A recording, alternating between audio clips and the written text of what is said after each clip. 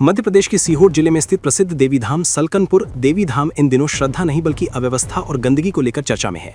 जहां कभी श्रद्धालुओं का सैलाब उमड़ता था, वहीं अब गंदगी और बदबू से लोग परेशान नजर आ रहे हैं।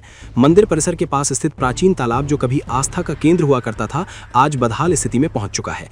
मान्यता थी कि श्रद्धालु पहले इस तालाब में स्नान कर जल ग्रहण करते थे और फिर माता के दर्शन करने जाते थे, लेकिन अब हालात ऐसे हैं कि लोग तालाब के पास जाने से भी कतराने लगे हैं।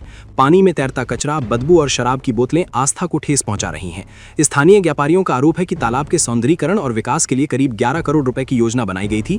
कुछ निर्माण कार्य जरूर हुए, लेकिन उनकी गुणवत्ता पर सवाल खड़े हो रहे हैं।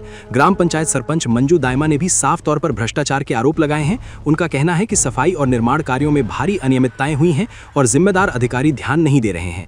सबसे बड़ा सवाल यह है कि धार्मिक स्थल होने के बावजूद यहां शराब की बोतलें कैसे पहुंच रही हैं? क्या प्रशासन पूरी तरह लापरवाह हो चुका है?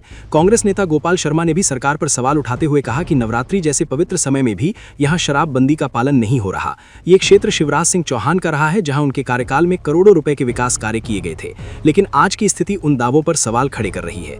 एक ओर देश के प्रधानमंत्री नरेंद्र मोदी स्वच्छ भारत अभियान की बात करते हैं, वहीं दूसरी ओर सलकनपुर में गंदगी की ये तस्वीरें उस अभियान को चुनौती देती नजर आ रही हैं।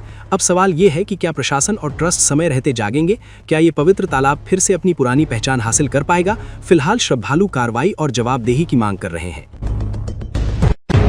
11 करोड़ कुछ लागत से 3 काम दिए गए थे, जिसमें सलकनपुर तालाब की ये स्थिति है, गटर से भी ज़्यादा बदतर कर दिया उसको। गटर समझते नहीं, जिसमें आदमी बगल से निकलने में खिंचवाता है जी। लोगों की ये स्थिति, बाहर से आदमी जब श्रद्धा लेके आते हैं ना कि यार तालाब में नहा के और फिर माता रानी के हम दर्शन करेंगे जी, तो उस लायक भी नहीं छोड़ा लोगों को।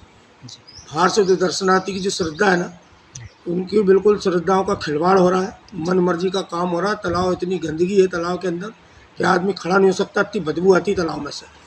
कचरा, कीड़े मकोड़े, दोना पत्तल, पूरा कचरा उसी में फेंका जाता है और ज़मीनी स्तर पे 11 करोड़ का शून्य बटा सन्नाटा है।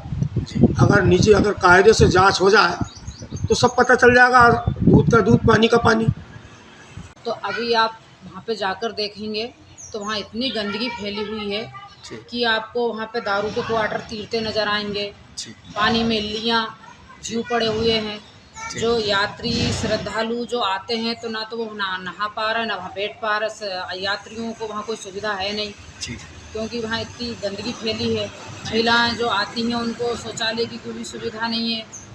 अब जो श्रद्धालु लोग जो मैया जी के दर्शन करने आ रहे थे, पहले जो तालाब में साफ़ सफाई पहले इतनी बढ़िया थी कि पहले के लोग आते थे तो जल भर के ले जाते थे, लेकिन अभी ये कंडीशन है कि इतने पैसे लगे, करोड़ों सौ रुपए लगे हैं इसके सौंदर्यकरण करने के लिए, तो फिर इतनी गंदगी तालाब में क्यों है? माँ के दर्शन करने वाले जो श्रद्धालु लोग आएंगे फिर वो कहाँ जाएंगे बताइए? आप करोड़ों की लागत में आपने इतना करोड़ों रुपए लगे हैं, तो फिर वो पैसे की सुंदरता तो दिखती नहीं है तालाब में। इतनी गंदगी, दारू के क्वार्टर तीरते नज़र आ रहे हैं, पानी बदबू मार रहा है।